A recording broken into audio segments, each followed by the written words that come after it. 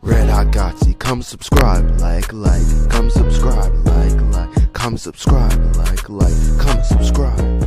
Red Hot Gotsy. Ho. This is a Christmas video, and I'm basically just going to be going over Spider-Man No Way Home. Now, basically, I watched it in a 4D/3D, like, theater, so it was a pretty interesting experience, my first time, and, I just want to go over how the movie was overall, and, just, some quick thoughts on it. Also, this is going to be a spoiler review, so, if you haven't seen the movie, obviously, get the hell out of here, and, the people who have seen it, I'm going to be just, talking a lot about this movie and why I think it's either good or bad, so let's begin. Now, for starters, this movie is trash. It's dog crap. I hate this movie. I half hate it, and I half like it, and I'm not even gonna say half love it, because honestly this movie breaks basically the whole MCU, the whole Marvel Cinematic Universe, and I don't understand why they even made the movie this way, but I'm just gonna go over why I just really don't like most of it, and why I think this is probably the worst Spider-Man trilogy that they've made so far. I think the Raimi trilogy is 1,000 times better than this, only because it feels more consistent, more true to the character of Spider-Man, and I feel like it just doesn't break its whole universe in one freaking movie. Like, Jesus.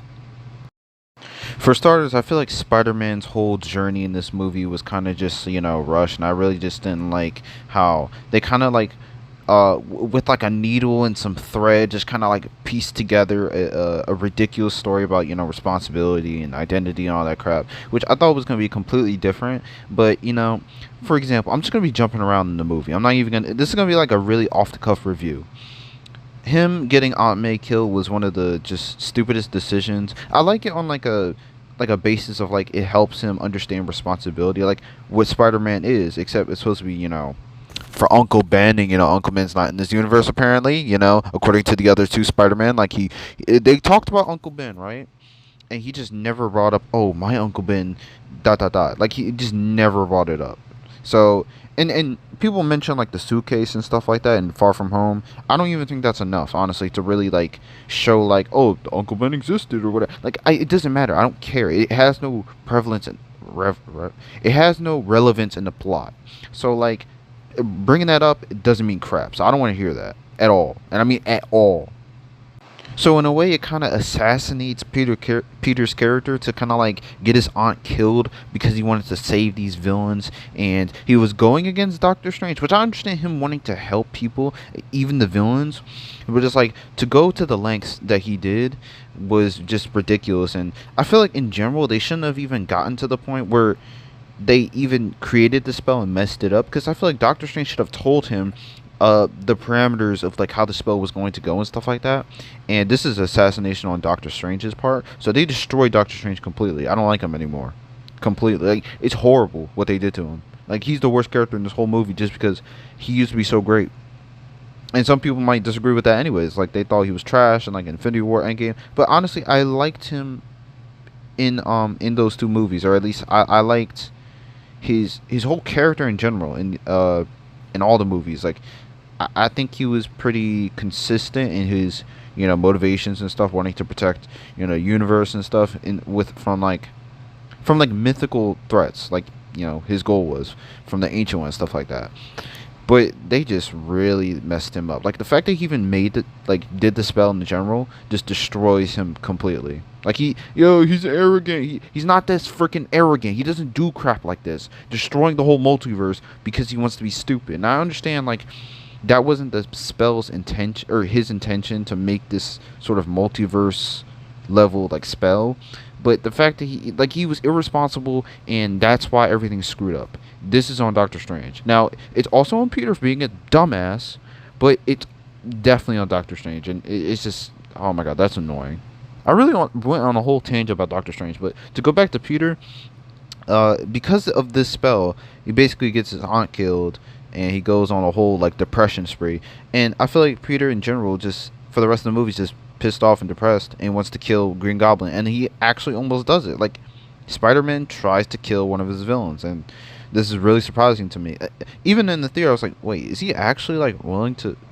I thought he was gonna put down the glider. Like, y'all remember when he held the glider, like he was beating the crap out of him, which was an awesome fight, honestly. A little rematch between the two, and which I'm kind of surprised he won that, but whatever. Um, I understand it. It doesn't like break anything. It's whatever. And then he picks up the glider, is about to kill him. It's like Spider-Man. These two, Andrew and Toby, literally were trying to help you learn responsibility. Your aunt died for you to learn this. Finally, like this is supposed to be a moment to really become Spider-Man, and you still was trying to go on the murder spree. Not spree. That's dramatic. But you still tried to kill the villain. Like the point of Spider-Man is, no matter what bad crap happens, right? Terrible things. He doesn't kill his villains, bro. He puts them in jail, stops them before they can hurt anyone else, and he goes back to a life of struggle and stuff like that, and sometimes succeeds. That's the point of Spider-Man. But for him, it's like you're not supposed to kill the villain in the end. Like that's just not Spider-Man. Like like even for like Batman, right? Batman has this rule. So like why does Batman have a better like moral system, a better moral system than Spider-Man in this movie? And he's the main Spider-Man. That's why I'm pissed off at him specifically. Like God. And the other two were fine. I like Andrew. He's my favorite in this movie. In terms of Spider-Man, I think they really redeemed him, and I love that he saved Michelle Jones, and that's the other idiot Peter's girlfriend. So I really like that he got his redemption overall. He was the funniest. I think he was the most in character. Toby was kind of like, yeah, he was meh. He was doing serviceable work, I guess, with this movie.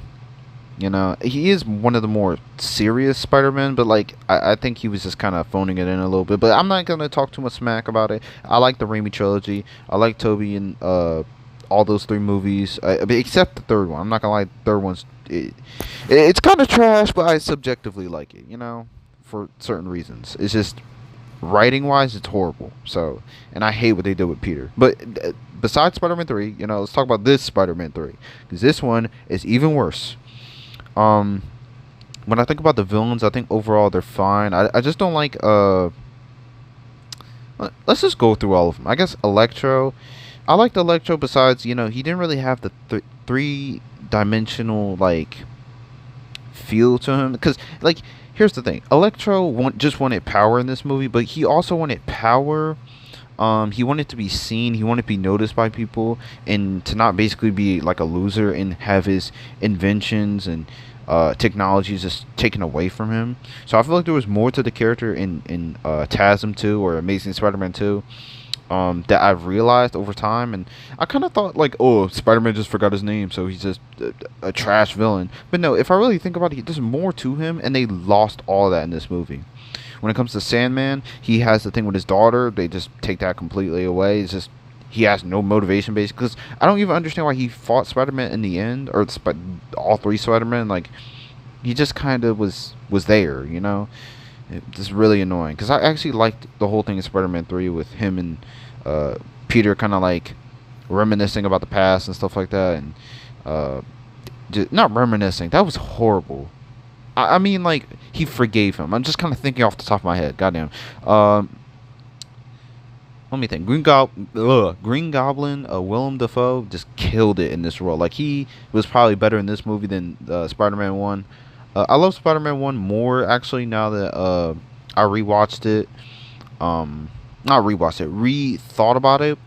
This movie definitely boosted it up. Not that it's, like, a 10 now or like a 9 or something like that. It's just like it's probably like a 8 right now, or 8 or 9. I don't know, but it's a really good movie, and I think it's the best Spider-Man movie right now, because I did a little bit of digging in, and I kind of looked back at the Spider-Man movies, and I'm going to do a tier list on them, going over what I think about all the movies. And overall, I think this is the worst, if not one of the worst. This is up there with like the Amazing Spider-Man 2 and Spider-Man 3. Like, this is horrible, or down there, I should say. It's down there with those two.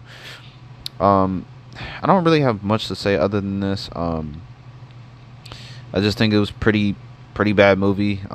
comment, subscribe, like. I'll talk more about it probably in another video, but yeah, this is all I have to really say about it for now. Plot was just horrible. My God. Yeah, peace. No way, Jose. Red Hot Gotsy, come subscribe, like, come subscribe, like, come subscribe, like, come subscribe.